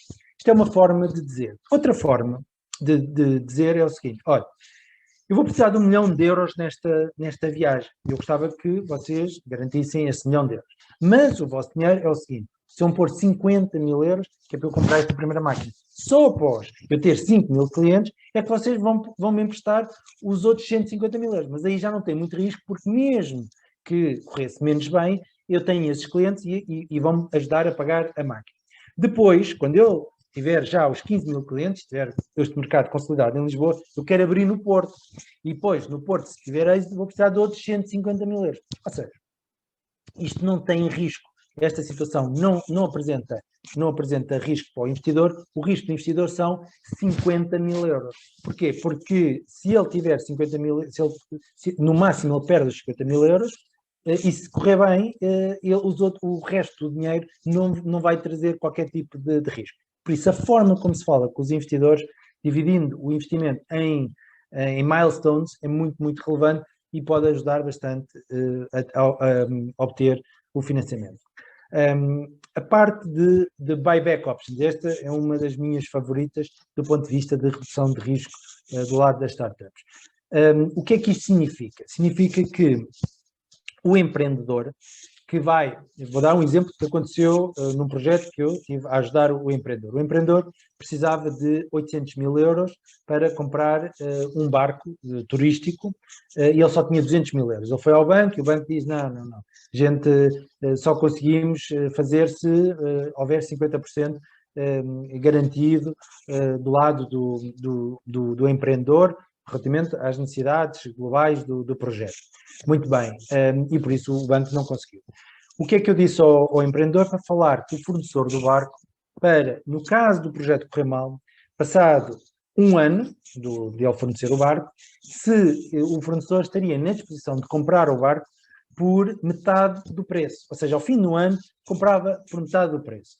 E o fornecedor disse logo que sim, que isso não era um problema, que aceitava, e fez uma carta de compromisso, de commitment, para que, no caso do projeto correr mal, que ele comprava de volta ao barco por metade desse dinheiro. Por isso era 400 mil euros de risco. Como o empreendedor tinha 200 mil euros, ele foi ao banco e o banco diz, isto agora é completamente diferente. Agora você está a correr o risco sobre 200 mil euros e mesmo que aconteça alguma coisa, você sempre pode trabalhar e vai conseguir pagar isso. E o banco financiou esse projeto, só reduzindo essa situação. No caso da United Resins, que nós, quando construímos aquela primeira fábrica pequenina, aquilo foi basicamente, tivemos um investimento de 400 mil euros em máquinas e 100 mil euros não é nos empreendedores, porque eles não receberam salário, mas nos trabalhadores. E quando houve esta situação dos 400 mil euros, era bastante dinheiro, naturalmente, e eu disse aos empreendedores porque é que não iríamos tentar alugar aquelas máquinas no mercado. Porque assim, durante um ano, tentávamos testar o produto, ver se os clientes queriam comprar o produto e não teríamos risco se os clientes não quisessem, não teríamos que estar a comprar uma máquina. Não havia máquinas específicas daquelas no mercado, então eu disse para eles falarem com os fornecedores da máquina e os fornecedores da máquina se aceitavam 50% ao fim do ano, no caso de não termos clientes, e os fornecedores aceitaram, e por isso o nosso risco foi de 200 mil, que era das máquinas, mais 100 mil do lado dos funcionários, que nós teríamos que financiar, e por isso 300 mil euros. E o projeto da United Residents começou com eles a pedirem 10 milhões de euros, e por isso passamos de 10 milhões de euros para 300 mil euros de risco, que nós corremos esse risco, e correu muitíssimo bem, e por isso o projeto passou de 10 milhões de euros de investimento para 20 milhões de euros de investimento, que obviamente depois conseguimos financiar na banca de uma forma muito simples, através da mitigação de risco. Por isso, a questão do buyback options é uma coisa muito, muito interessante de ser utilizado. Subcontratar a produção é bastante também interessante. Voltamos aqui à questão, por exemplo, da lavandaria que estávamos a falar. Imaginemos alguém que quer lançar uma lavandaria num determinado mercado.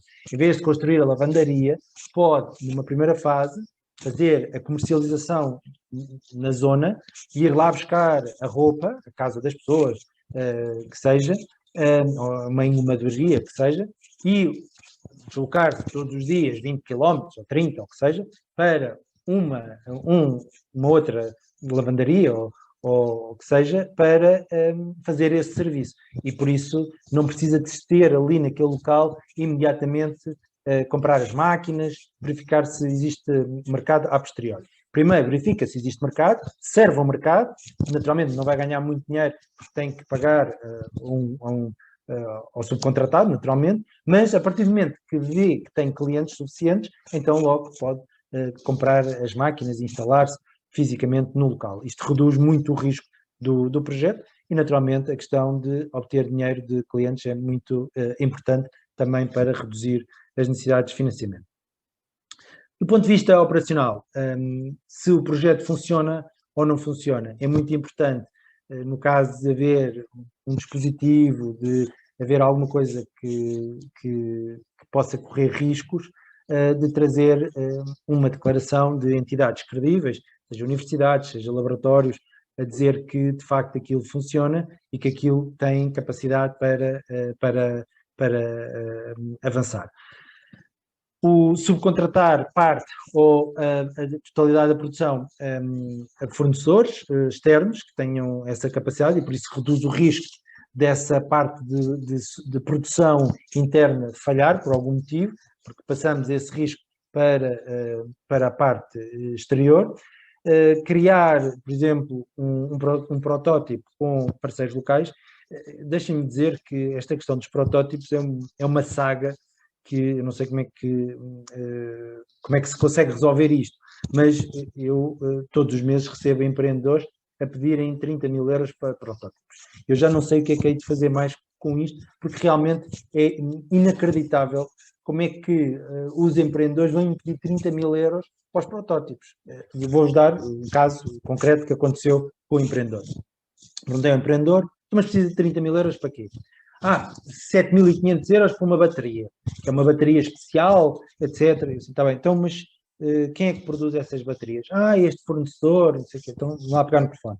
Lá pego no telefone, olha, diga uma coisa, temos aqui um empreendedor com um projeto fantástico e ele precisa de testar várias baterias, que é para ele escolher o fornecedor que ele há de trabalhar no futuro. E nós estamos aqui a apoiar o empreendedor. Diga uma coisa, você não tem nenhuma bateria usada que possa emprestar ao empreendedor durante um mês, que é para ele testar? Temos aqui, venha cá buscar a bateria. E o empreendedor, olha, vai lá buscar a bateria, ele empresta a bateria, depois vais entregar a bateria de volta, 30 dias, tens a bateria para testar. Ótimo, ótimo, ótimo. Sim, mas precisamos de comprar uma máquina, que é uma máquina que faz um corte específico. Então, mas quem é que tem essa máquina? Que indústria é que tem essa máquina? É a indústria alimentar. Ok. Então, diz-me uma coisa, aqui tu conheces assim alguém em Portugal, alguma fábrica que tenha? Conheço esta fábrica, que eu sei que eles têm uma máquina. Ok, ligamos para a fábrica. Olha, diga-me uma coisa, temos aqui um empreendedor com um projeto fantástico, nós estamos todos aqui a ajudar. Diga-me uma coisa, eu sei que você tem uma máquina dessas, você não, ao fim de semana não podia fazer um corte aqui para o empreendedor? A gente até publicámos o seu nome da vossa empresa, como estando aqui a ajudar os empreendedores. Não há problema, venha lá, pode vir no sábado, às 3 horas, a gente corta isso, não tem problema nenhum. Olha, o empreendedor já cortou. Mas o empreendedor... Mas temos um problema, é que temos aqui uns materiais que nos testes, que os materiais vão ser estragados. Isso é um problema. Umas borrachas que vão estragar aqui. Ok. Então quem é que fornece isso? Muito bem, vamos lá ligar. Olha, temos aqui um empreendedor que está a desenvolver um protótipo e vai selecionar o fornecedor para a questão das borrachas. Vocês estão na lista de fornecedores. Diga uma coisa, você tem aí amostras que o empreendedor pudesse testar a questão da rigidez, a questão do calor, etc. O que é que ele precisa? Sim, isto está bem. Venha lá buscar. Olha, vai lá buscar. E depois chegamos a uma conclusão, nomeadamente do protótipo, que era preciso 1.000 euros. Assim, mas ao empreendedor, 1.000 euros? Não arranjas 1.000 euros? Não tem ninguém na família que arranja 1.000? Sim, já consigo arranjar. Pronto, lá fez o protótipo e depois precisava de uma última coisa, que era de ir a uma universidade. Telefonámos para o Instituto Superior Técnico, que disponibilizaram o laboratório para testar a medição lá do produto, e pronto, e assim lá se conseguiu fazer o protótipo sem dinheiro, sem investidores, sem 6 meses de discussão com investidores. E por isso isto é muito importante, a questão da mentalidade do lado dos empreendedores. Por último, só para dar aqui mais uma questão importante, que é, na questão operacional, é importante fazer acordos de longo prazo com fornecedores. Vou dar o exemplo. Vocês recordam-se a questão dos óleos usados, que nos restaurantes, que primeiro os restaurantes tinham que pagar a uma empresa para ir recolher.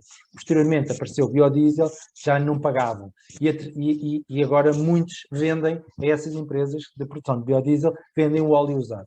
E por isso, uma empresa que tem o seu modelo de negócio assente num determinado produto de matéria-prima gratuita, e significa que essa matéria-prima gratuita hoje, amanhã pode ser paga, e por isso é importante assegurar que tem acordos com esses fornecedores dessa matéria-prima por 5, 10, 15 anos, e que não estão dependentes de, se daqui a 1 ano ou 2, essa matéria-prima tiver outras utilizações ou concorrência, que esses fornecedores passem a fornecer aos outros concorrentes.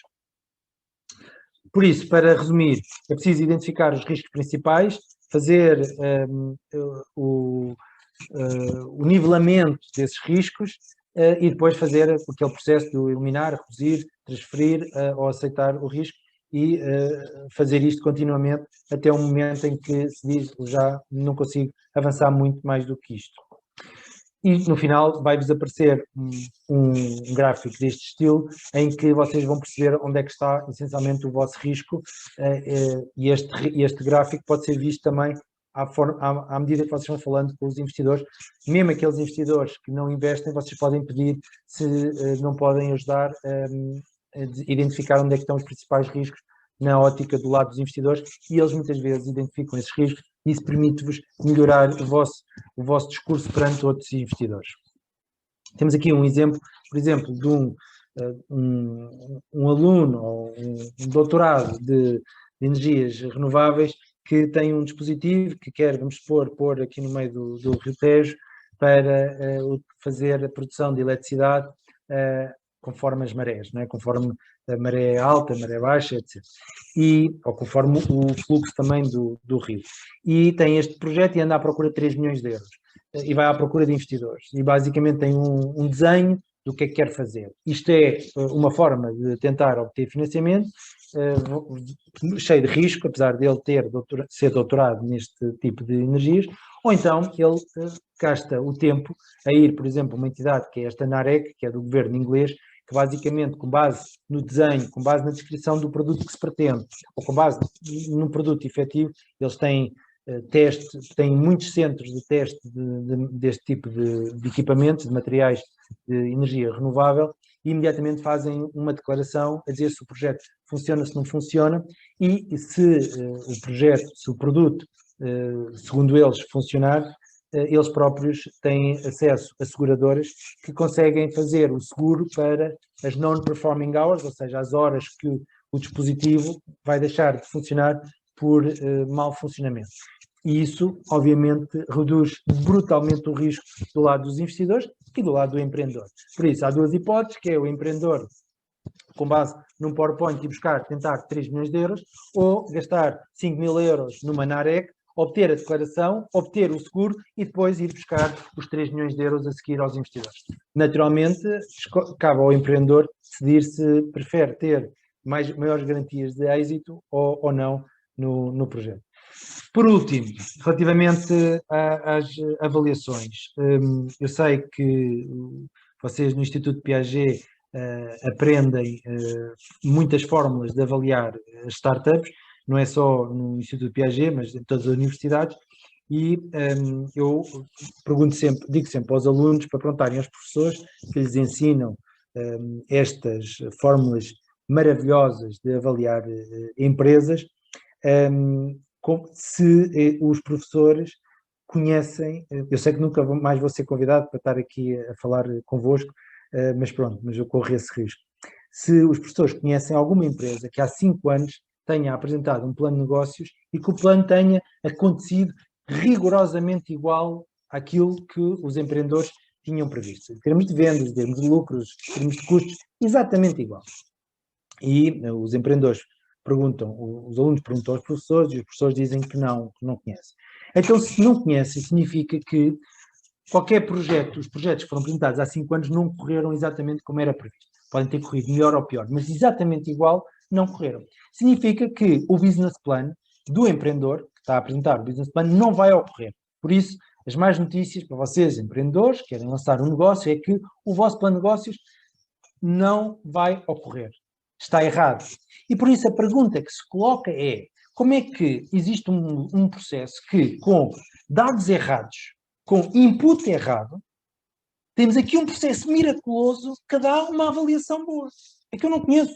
Que isso é uma coisa inacreditável. Ou seja, se nós sabemos que o plano de negócios está errado, como é que nós, com o plano de negócios errado, conseguimos dar uma boa avaliação do projeto? E por isso existem milhões de formas de avaliar empresas, e eu divirto-me a falar com as pessoas que fazem este tipo de avaliações. Nomeadamente, quando me trazem umas avaliações dessas Big Five, em que todas bonitas, são espetaculares as avaliações, os números todos, batem tudo certo, é tudo fantástico.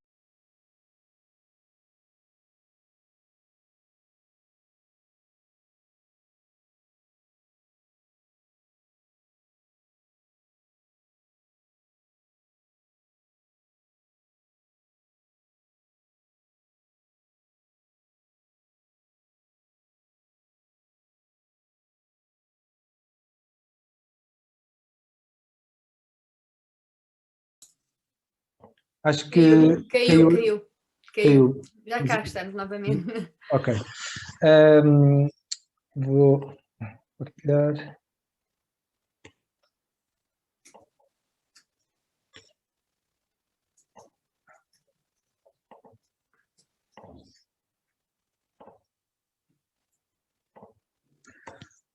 Ok. Relativamente à página 2 diz que os números foram dados pelo empreendedor. E por isso eu digo ao empreendedor o seguinte, olha, se tu duplicares os teus números, as tuas vendas, os teus lucros, a tua empresa vale o dobro. Por isso aproveita. Eles estão a dizer como é que se faz, é só multiplica por 2, multiplica por 3 e assim é melhor para ti. Portanto, isto é só para explicar que as formas como os empreendedores avaliam as empresas, na minha opinião, não são as corretas e que levam a grande parte dos projetos não serem financiados por causa dessa questão da avaliação. Temos aqui o Derek Sivers, que é dos Estados Unidos, e que ele diz que a ideia mais brilhante do mundo, com zero execução ou não execução, vale $20. E por isso o facto de a gente ter uma ideia fantástica não significa que aquilo vale milhões ou bilhões. Então, como é que se consegue resolver este problema da avaliação das empresas? Há uma fórmula que eu acho que resolve o problema, que é o seguinte: nós, os empreendedores, apresentam ao investidor um plano de negócios. Aqui neste caso nós temos que ao fim de 3 anos o empreendedor vai estar a empresa vai estar a faturar 4 milhões de euros. E vamos definir que este é o milestone. E por isso, dizer ao investidor o seguinte: olha, se a empresa faturar estes 4 milhões de euros no final dos 3 anos, a avaliação é esta. Você concorda ou não concorda? E o que eu vos garanto é que a maior parte dos investidores vai dizer que concorda. E depois diz o empreendedor o seguinte: olha, mas se for metade da faturação, então a avaliação vem para metade deste montante. Mas se a avaliação se a faturação for superior aos 4 milhões, for 6 milhões, a avaliação sobe. E por isso significa o seguinte: o valor da empresa vai estar definido com base na execução, ou seja, e não com base em especulação. E, estando com base na execução, ninguém vai ser enganado. O investidor não vai ser enganado, o empreendedor não vai ser enganado. Porque, com base no modelo tradicional que os empreendedores tentam e que alguns investidores também tentam, alguém vai sair mal desta fotografia. Porquê? Porque o empreendedor acha que aquilo vale milhões. O investidor acha que aquilo vale tostões. E por isso, se aquilo correr pior do que o empreendedor disse, o investidor vai dizer ao empreendedor: pá, você enganou-me completamente neste projeto. Você disse que ia faturar os 4 milhões de euros, afinal só faturou 200 mil euros. Pá, eu sinto-me completamente enganado. Você tem que me dar mais ações da empresa. Se, em vez de 4 milhões, a empresa faturar 12 milhões de euros, o empreendedor vai dizer: eu sinto-me completamente enganado por si, investidor. Porque você é uma pessoa experiente e você sabia que isto ia ter um grande êxito. E vocês esmifrou-me ali a questão da avaliação. Você tem que me dar mais ações. Eu não concordo nada com isso. Eu sinto-me enganado neste processo. E por isso, em vez de estarmos neste filme de que alguém vai se sentir-se enganado, vamos fazer um filme em que ambas as partes, as regras ficam claras e as coisas podem avançar. E por isso, se o empreendedor aceitar, se este modelo servir ao empreendedor, o empreendedor pode dizer o seguinte ao investidor: olha, investidor, você como vai pôr 80% do dinheiro, eu só ponho 20% do dinheiro, vamos supor este modelo, eu inicio com 20% das ações, mas se atingirmos o 100% dos resultados, ou seja, 100% da faturação do milestone, você vai me dar 30% das ações da empresa e eu vou ficar com 50%. Vamos supor que esse era o modelo que o empreendedor queria. Também é a mesma coisa que o empreendedor diga o seguinte: olha, investidor, eu vou começar com 80%. Sabe porquê? Porque eu gosto de dizer aos meus colegas, aos meus amigos, que eu tenho 80% da empresa, e se eu atingir os 100% do milestone, quando eu atingir o milestone, eu dou-lhe 30% assim, investidor. E por isso você vai ficar com 50%. Significa o seguinte: não interessa como se inicia essa situação, não interessa, não vale a pena estar a discutir agora se a empresa vale 1, se vale 2, se vale 20. Não interessa, não vale a pena perder tempo nessa discussão. Desculpa interromper-te, perdão, desculpa. É que já são 21h30, ainda temos que ter o nosso desafio. Não sei se ainda demora muito a concluir o teu raciocínio, eu peço desculpa. Acabou. É? É porque ainda queria fazer o desafio, que tu vendes muito bem a tua ideia, mas ninguém pôs dinheiro no teu projeto, pedimos desculpa. E então vais ter que te desenvencilhar sem dinheiro e montar aqui o projeto perante os projeto é de alunos. cacifes para Para sem-abrigo. sem-abrigo. Tens de conseguir montar uns cacifes sem-abrigo aqui na zona de Lisboa, mas ninguém te vai ajudar. Ok. Ninguém te dá dinheiro. Ok, primeira questão, falar com a Câmara Municipal de Lisboa e com o Turismo de Lisboa e explicar que a questão do sem-abrigo é um problema para a imagem e que isto tem um determinado valor para a questão do turismo em Portugal e que eles deveriam ajudar a ser isto considerado como um investimento do ponto de vista da promoção do turismo em Lisboa e por isso tentar obter dinheiro por aí. Segundo, ir à Câmara Municipal de Lisboa e pedir licenças para que em determinados locais da cidade colocar não só estes cacifes para os sem-abrigo, mas também locais para cacifes comerciais, ou seja, em que a empresa possa comercializar os cacifes e explicar à Câmara Municipal de Lisboa, olha, nós vamos financiar os cacifes para os sem-abrigo através de vendas de serviços nos cacifes comerciais. Isto é uma outra hipótese. Pedir à Câmara Municipal de Lisboa para, nos cacifes para os sem-abrigo, para que a Câmara Municipal de Lisboa faça tudo a parte de obras de construção civil, eventualmente de estrutura, o que seja necessário.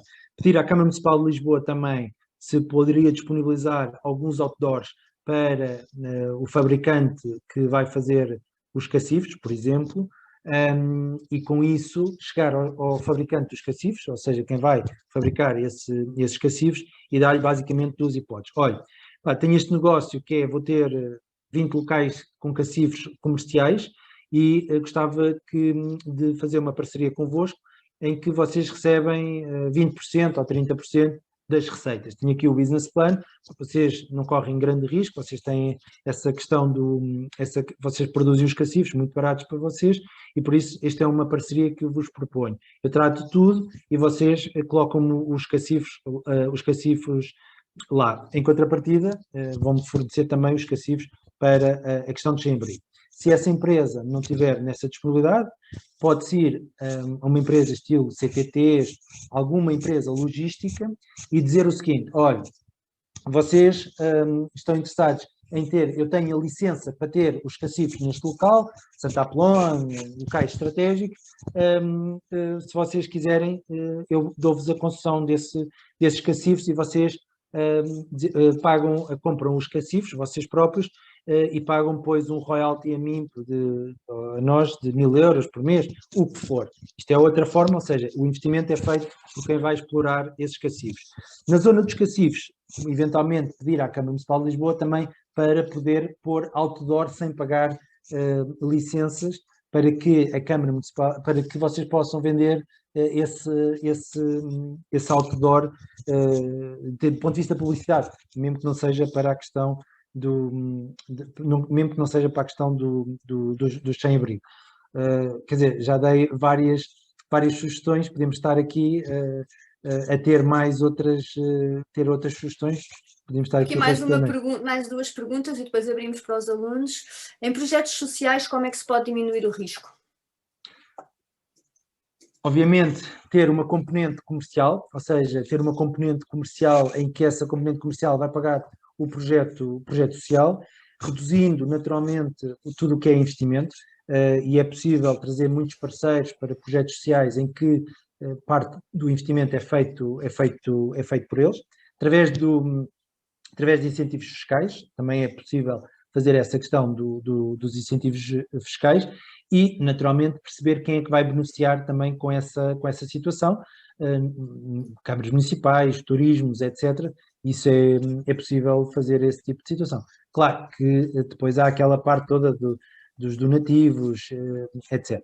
Há também uma forma que é muito frequente lá fora, que é através de crowdfunding, ou seja, fazer que cada pessoa dá 200 euros, 300 euros, 100 euros, o que quer que seja, e fica com o nome lá numa estátua, num determinado local, e isso pode ajudar nessa questão social. Nós temos o caso, por exemplo, da Universidade Nova de Lisboa, houve muita gente a dar donativos, e em troca ficou com o nome num determinado local lá da universidade, e isso é uma outra forma também de obter renda. E em projetos mais pequenos? Com projetos mais pequenos, Sim.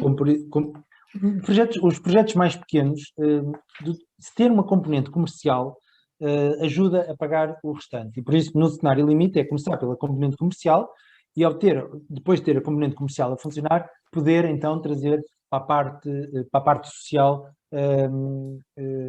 oferecer essa componente para a parte social. E começar pela parte comercial.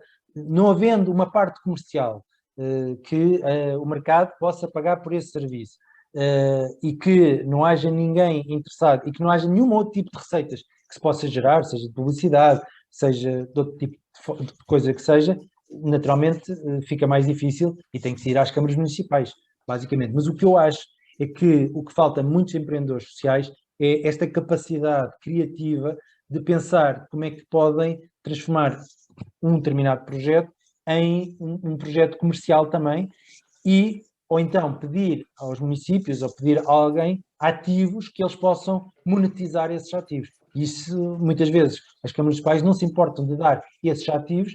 Vou dar um exemplo. Alguém que quer fazer alimentação, por exemplo, para os sem-abrigo, vamos supor que é esse o caso. As câmaras municipais, através das escolas, têm cozinhas industriais à noite que ninguém utiliza. As cozinhas industriais, ninguém utiliza. E por isso, em vez de estar a pensar num projeto social em que é preciso fazer uma cozinha industrial, que é preciso, etc., é ir, no limite, falar, até com paróquias, as paróquias têm muitas vezes cozinhas industriais, e falar e dizer assim, olha, nós queremos fazer isto, vamos começar a produzir comida para vender por fora, a partir daqui, vamos ganhar dinheiro, e a partir do momento que a gente faz mais de X refeições, vamos começar a dar, por cada 1000 refeições, damos 30 refeições, ou 50, ou 100, ou 200 refeições a sem-abrigo. Mas precisamos do seu apoio. Eu tenho a certeza que os padres em Portugal, que as escolas em Portugal, que os municípios em Portugal, que têm equipamentos que não estão a ser utilizados uma parte do tempo, que eles estão disponíveis a apoiar os empreendedores sociais. Agora, é mais fácil o empreendedor social ir procurar dinheiro e atrás dos investidores. E depois os investidores não investem. E andamos neste ciclo vicioso. Não sei se algum aluno tem alguma questão. Eu não consigo ver bem. Algum aluno tem alguma questão? Estás com o microfone ligado? Deixa-me. Exato. Desapareceram todos. Mas eu tenho mais questões, não há problema. Paulo, eu tenho uma. Em primeiro lugar, obrigado pela tua apresentação. Eu tenho duas perguntas, na realidade. No meio académico, em vários momentos, nesta pós-graduação em concreto também, os alunos constroem e idealizam projetos, às vezes startups, às vezes pequenos projetos ou grandes projetos, nomeadamente na área da economia social. Uma ideia que eu tenho é que a maior parte das pessoas não sabe como tornar visível essa ideia e onde é que há de bater à porta para mostrar, olha, eu tenho esta ideia. Depois se ela tem mérito ou não, enfim, mas isso é outra questão. Mas no âmbito, nomeadamente, dos projetos do terceiro setor, da economia social, onde é que tu achas que seriam as duas, três, uma porta a bater em primeiro lugar? Independentemente das sugestões que deste, especificamente direcionadas aos parceiros do projeto. Vamos ver, na área social, a Santa Casa tem uma incubadora de projetos sociais, Santa Casa Municipal de Lisboa, a Câmara de Lisboa também tem incubadora, Startup Lisboa, DNA Cascais também pode ajudar nesse processo, por isso muitos locais, muitas incubadoras e aceleradoras podem ajudar os empreendedores, não é?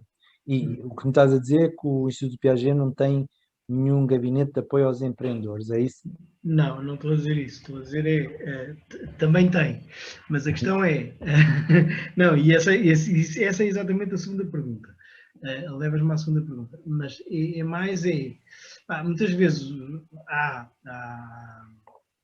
há projetos que surgem dentro das unidades, ou dentro das cadeiras, mas às vezes, e eu tenho um caso desses em mãos, foi um desafio lançado numa cadeira que eu dei e, entretanto, as pessoas estão mesmo a pensar levar aquilo para a frente.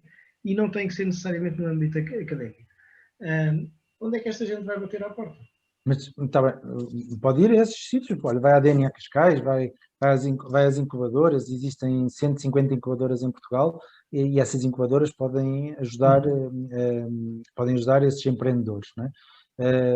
Agora, o que é que o empreendedor precisa? O empreendedor é importante perceber se existe mercado, se não existe mercado, se for falar com clientes, porque o problema de ir às incubadoras, não, ou seja, pode ajudar, mas o que é importante é perceber se o empreendedor sabe fazer o produto, o serviço, e se existe mercado para isso. Isso é que tem que sair para o mercado. Eles podem ir à incubadora, a incubadora dá-lhe uma série de sugestões, o Excel funciona tudo bem, mas ir ao mercado, sair, bater à porta, agora é com Zoom, né? Pronto, ligar com Zoom, falar com o cliente, isso é muito importante, não é? Isso é que é importante, isso é 90% do projeto. E só depois é que faz sentido ir eventualmente uma incubadora. O que é que ele vai à procura da incubadora? É dos apoios. Mas como eu já disse, os apoios é a última coisa. Sim. Ele primeiro tem que ir falar com o mercado, tentar perceber, tentar fazer parcerias, mitigar o risco. E só depois disso tudo, depois de ele ter feito esse percurso, é que ele vai a uma incubadora. Não é? Sim. Ok. Se calhar a Teresa passa aí para os alunos. Os alunos, alguém quer fazer alguma pergunta? Aproveitem. Até de algum projeto que estejam a realizar e que precisem de ajuda, aproveitem para colocar a questão. Olha, Teresa, entretanto, se calhar terminávamos a transmissão da aula. Está bem. Continuávamos cá dentro da sala. Sim, está bem, pode ser. Agradecer não, continua a sala, ficamos só nós, não é? Sim. Okay. Agradecer às pessoas que nos viram e pronto. Pronto, exatamente, agradecemos, muito obrigada. Agora... E nós continuamos. Não sei se alguém então quer fazer agora alguma pergunta, estamos aqui só nós. Se não, eu também posso ajudar. Aqui a nível de financiamento, Paulo, na área da economia social, porque como é um bocadinho uma área diferente, os business angels também poderão apoiar, só que por aquilo que eu entendo que é um business angel, é só conseguir ou se calhar apoiar, ou só poderão estar interessados em apoiar projetos que tenham uma área comercial, tenham um lado comercial. Vamos ver, uma coisa é fazer filantropia, não é? Em que o investidor basicamente mete lá o dinheiro e não espera qualquer tipo de retorno, etc. Outra coisa é o investidor procurar retorno. É mais fácil se o projeto trouxer retorno para o investidor, apesar de ter uma componente social, não é? Vamos supor uma escola de línguas, não é? Ou seja, e o objetivo é ensinar línguas a públicos desfavorecidos, vamos supor. Mas a escola de línguas pode iniciar com uma determinada formato, a ganhar dinheiro e depois, mais à frente, passar a oferecer cursos a públicos desfavorecidos. Isso é uma situação que é possível fazer e faz mais sentido. Do ponto de vista de fundos, há muitos fundos para esta área dos projetos com impacto, não é? Por exemplo, o Fundo Europeu de Investimento tem um fundo só para esta situação. Eles, o último que tinham lançado era de 100 milhões de euros para este tipo de projetos. É uma questão de vocês pesquisarem do Fundo Europeu de Inovação Social, do Fundo Europeu de Investimentos, ou FEI, e verificar o que é que eles têm e como é que vocês podem candidatar, no caso de terem um projeto interessante para esse tipo de situação. E eles fazem uma postura que é Funds of Funds, ou seja, eles apoiaram capitais de risco a lançar esses fundos só para a área social. Em Portugal também temos o Fundo de Inovação Social, que tem também, os empreendedores também se podem candidatar através de capitais de risco, através de vários parceiros. Por isso era da PME Investimentos, agora está no Banco de Fomento. Isso agora é uma Mas esse fundo funciona com garantia mútua, com contragarantias, não é? Portanto, ou seja, também tem que ter uma parte comercial. Sim, claro. Tem que ter uma parte comercial, portanto, seria como se fosse o Business Angel, porque o empreendedor que lançar o projeto... Mas como o Estado, uma parte dos lucros do Estado, do investimento do Estado, hão de ser para o Business Angel está disponível a correr algum risco no processo e por isso E por isso é uma boa forma dos empreendedores obterem capital. Ok. Mais alguma? Ninguém quer ainda fazer nenhuma pergunta? Da tua experiência, tu achas que dentro da área social, quais é que poderiam ser as ideias que poderiam ter apoio? Quais são as áreas? Eu não acho que haja uma área que esta área vai ter apoio, outra área não vai ter apoio. Naturalmente que estamos a viver uma pandemia, tudo o que for relacionado com a pandemia que possa ajudar a mitigar a questão da pandemia, públicos desfavorecidos, etc.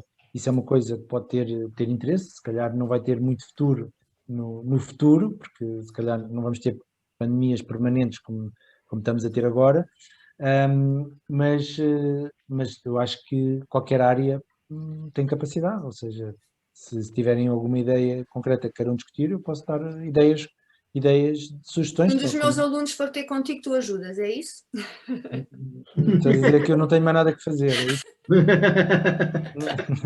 Não, eu ajudo se ele disser, olha, eu estive a falar com a Teresa e com o João Bugalho e tivemos a trabalhar neste, mas eles não conseguem mesmo ajudar-me. Nada. Não conseguem nada. Eu Eles depois são ligo para incapazes. ti. Pronto. Nesse caso, eu depois posso Tá bem. ajudar os empreendedores, só nesse caso, já depois de passarem o filtro, porque senão, Já mitigaram o risco. senão dá a ideia que eu não tenho nada que fazer durante o dia e por isso estou a ajudar os empreendedores. Se houvesse o número de contactos que eu recebo por dia, só no LinkedIn, com propostas de investimento e a pedir para uma chamada, eu não fazia mais nada se não estar só a falar com empreendedores. Eu sei. Mas pronto, não custa nada tentar, não é? Se houver aí um empreendedor específico, tudo bem. Agora, estar a falar com todos os empreendedores, um a um, não consigo. Bom, deixa-me fazer-te uma pergunta e ver se eu consigo fazer bem esta pergunta. Achas que há um bocado esta ideia de que para ter acesso a bons investimentos e bons projetos temos que estar nos grandes centros de decisão e nos grandes centros urbanos. Achas que isso faz algum sentido ou temos a capacidade de fazer projetos e ir buscar dinheiro em projetos em todo o lado do país? Eu acho que há capacidade de ir buscar dinheiro em todo lado do país. Naturalmente que se o projeto for um projeto com alto crescimento ou muito tecnológico, se calhar tem alguma dificuldade em zonas mais remotas de Portugal, as pessoas não perceberem o que é que aquele projeto vai fazer e se calhar a quantidade de investidores aí nesses locais é menor. Agora, é possível arranjar investidores em todas as cidades. Basicamente, vamos supor, alguém que quer fazer, quer fazer uns bombons de chocolate. Estou a dar um exemplo, né? Por exemplo, e precisa de montar uma fábrica para fazer os bombons de chocolate. Pode ir lá a uma pastelaria de Porto Alegre, estou a dar um exemplo de Porto Alegre, e tentar fazer uma parceria que é para produzir os bombons de chocolate nessa pastelaria. Pronto, já não precisa de investimento. Ou seja, a pergunta é, para que é que precisa de investimento? É que esta questão de, eu tenho uma ideia, preciso de dinheiro, não é? Ou seja, isso é logo que está mal, não é? Porque se calhar não precisa, não é? E por isso pode fazer em Porto Alegre os bombons de chocolate e depois vende para o resto do país. Isso que disseste agora é bem verdade. Quando nós pensamos, vou montar um negócio, tenho uma ideia espetacular, preciso de dinheiro. É logo a primeira coisa que nós fazemos. Não é? Esse racional está longe de ser correto. E a seguir perguntar onde é que podem ajudar. Ou seja, no fundo, a pergunta não é onde podem ajudar. Digam-me lá onde é que eu vou buscar o dinheiro. Onde é que eu vou lá? Eu fui buscar lá o dinheiro. E qual é isso? Exato. Eu fiz uns apanhados com o Nilton para um aniversário e combinei para ele ligar a um amigo meu que está numa startup, numa incubadora e o Nilton, foi espetacular. O Nilton fez de cigano, não tem nada a ver com a questão de ciganos, mas a dizer, tenho a minha burra que não aguenta e preciso de uma caminhonete. E o presidente de Câmara disse para falar consigo, que é para ir lá buscar o dinheiro. e eu quero o dinheiro, e é o dinheiro. E o meu amigo a dizer, mas você tem um projeto, o amigo não percebe, é uma burra, não aguenta mais, é preciso de dinheiro para a carrinha. O amigo não quer conversa, eu só quero saber onde é que eu vou buscar o dinheiro. Mas isso não é assim. Epá, aquilo é de chorar a rir. Isso não é assim. Olha, mas tu quando é que eu posso lá ir ter consigo? E o meu amigo diz, mas não trabalho lá, a tempo inteiro só estou lá de 15 em 15 dias. Capaz, então você tem um trabalho que recebe dinheiro e só vai lá de 15 em 15 dias e você está a dizer que não se pode ajudar, que não pode ajudar para comprar a carrinha. Eu quero é o dinheiro para a carrinha, onde é que eu vou buscar? E não me interessa a conversa. Portanto, basicamente este é um bocadinho os empreendedores. Eu quero é alguém que me ajude, mas eu quero ajudar é dinheiro. É basicamente isso. Exatamente. Paulo, e tu tens uma experiência internacional muito grande, nomeadamente a nível europeu, onde foste presidente dos Business Angels a nível europeu, e portanto, qual é a diferença entre aquilo que tu encontras, por exemplo, nesta área da economia social e Portugal? Por exemplo, em França, Bélgica, mesmo em Inglaterra, a economia social está muito mais desenvolvida, existem instituições que apoiam e que têm receitas próprias e que têm a comunidade a apoiar, ou seja, a própria comunidade apoia, as empresas apoiam esses projetos sociais. E enquanto em Portugal isso não existe muito essa situação. E achas que é possível há uma questão fiscal, acho que há uma exato. questão fiscal que o governo podia fazer, que é a partir da definição de que o projeto é um projeto social, todo o tipo de questões de investimento ou de donativos que seja, poderem ter esse tratamento fiscal. Isso poderia ajudar muito o desenvolvimento desta área. E é possível um empreendedor português ir a um país da comunidade europeia buscar apoios ou fazer parcerias? Achas que pode ser uma forma de viabilizar? Para Portugal não dá porque é uma área específica, ou dá? Não, mas para ele desenvolver o projeto em Portugal? Sim, para desenvolver em Portugal. É mais difícil, não é? Mas sempre é possível, há sempre entidades de filantropia. Por exemplo, eu se fosse um empreendedor social e quisesse ir buscar dinheiro lá fora, o que é que eu faria? Ia à Associação Europeia de Filantropia, ia buscar os associados todos deles e mandava uma carta a todos eles e ligava. Pronto, perceber o que é que eles fazem, etc., e que têm este projeto. Era isso que eu iria fazer e, obviamente, ir aos fundos que o FEI, o Fundo Europeu de Investimentos, apoiou para que eles possam também apoiar este projeto, fazer essa lista para ir buscar dinheiro lá fora, naturalmente. Ninguém tem... uma pergunta, espera ou não? Espera aí. Não há. Isto resume-se sempre a um bocadinho à postura do empreendedor, não é? E é mesmo acabar com esta ideia de... Ou seja, até ser projeto, de facto, há muito trabalho para fazer, não é? Claro. Ou seja, não é só eu tive uma ideia porreira, tenho aqui um Excel, um PowerPoint. Não, é assim, qualquer entidade que vá apoiar, qualquer entidade que vá eventualmente ter interesse em financiar, tem que haver muito trabalho de preparação até chegar aí, não é? Claro. E esta é que é uma ideia que eu acho que em Portugal, esta ideia de qualquer um de nós acha que é capaz de ser empreendedor, e isso está longe de ser verdade. Não. As pessoas serem empreendedores podem ser empreendedores. O que as pessoas pensam é assim, eu quero ser empreendedor, mas que alguém corra o risco por mim, que me meta o dinheiro e que me pague o salário, etc. Né? Isso é que é a parte chata. Eu costumo brincar, desculpa interromper, eu costumo brincar que a primeira linha do business plan do empreendedor português é o salário do próprio empreendedor. Não, isso nem sempre é verdade, porque eu recebo às vezes alguns projetos e depois aquilo dá lá um resultado, o EBITDA, né? Dá um resultado de lucro. E eu pergunto ao empreendedor, mas aqui já tem o seu salário. Não. Então qual é o seu salário que você quer? É este. Então, mas pronto, eu agora vou pôr aqui no Excel, está a ver? Você está a trazer um projeto que é para perder sempre dinheiro. Então, está a ver? Isto aqui em construção está sempre a perder dinheiro. Então, eu não estou a perceber. Isto está a perder dinheiro. Mas eu não sei. Esqueci-me do meu ordenado. Não. Ou seja, as pessoas não têm noção. As pessoas apresentam um projeto e depois acham que o investidor vai investir no projeto e ainda lhe vai pagar um salário ao empreendedor por ter trazido um projeto que é tão bom. Bom. Teresa, tens aí o Heitor a fazer uma pergunta. Ai, sim? Que bom. Onde é que está? É só deixar falar. Força, Heitor. Heitor, pode falar. Eu não consigo ver a sua pergunta. Boa noite. Boa noite, Paulo. Obrigado pela passagem do conhecimento e pelos esclarecimentos que nos prestou. A minha questão não vem no sentido de ser uma questão, mas se calhar é uma constatação. Andamos sempre aqui à volta a falar de apoios e dinheiro.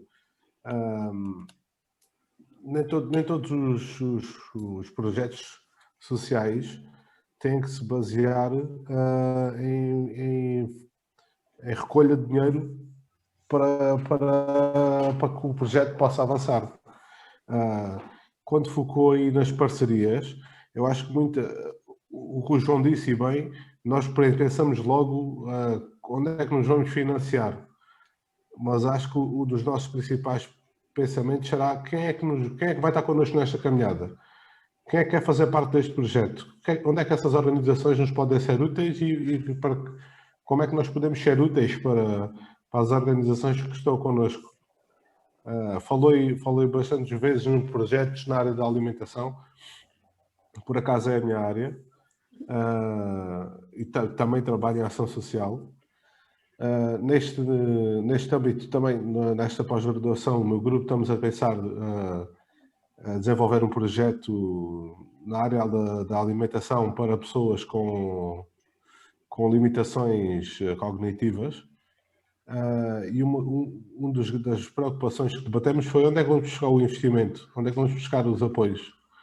E começámos a pensar que se calhar quase não precisávamos de dinheiro para levar isto para a frente. Precisávamos de cozinhas credenciadas para poder fazer a formação ao público-alvo que queremos, e precisávamos de disponibilidade para poder dar essa formação. Quando o projeto crescesse, sim, poderíamos pensar em outras fontes de financiamento para que o projeto pudesse ganhar outra estrutura, mas muitas vezes eu acho que as pessoas se preocupam como é que eu vou ganhar alguma coisa com isto e foge completamente do âmbito do que é um projeto social. É verdade, isso é um bom exemplo que não é necessário dinheiro, ou seja, é preciso fazer parcerias e tentar arranjar os parceiros que possam ajudar nesse projeto. É verdade. Bom, só tenho a agradecer. Não sei se há mais alguma questão. Já são quase 10 da noite. Paulo, muito, muito obrigada pela tua disponibilidade, pela aula excelente que deste e pronto, e por toda a tua sabedoria e os conselhos também que aqui deixaste. Muito, muito obrigada. Ok, foi um prazer e desejo de grande sucesso para os alunos e já sabem, quando tiverem dúvidas, sempre com a Teresa e com o João Bugalho, é fim de semana, são 24 horas, usem e abusem porque eles estão disponíveis para vocês e eles até ficam aborrecidos se vocês não ligarem, nomeadamente ao domingo, de manhã, a partir das 9 da manhã, é porque pronto, eles gostam de sentir que os alunos gostam deles e que estão dentro da comunidade, por isso usem e abusem. Já percebi que começas a trabalhar muito tarde ao domingo. Paulo, Deus, muito obrigada. Adeus. Até à próxima segunda. E os alunos já têm lá a avaliação, para fazer a avaliação, já pus lá na pastinha. Portanto, podem lá já ir ver que já está lá, está bem? O trabalho que têm de fazer. Muito obrigada a todos. Até a segunda-feira que vem. Boa noite. Boa noite. Obrigada, boa noite. Boa noite. Com licença. Boa noite. Boa noite.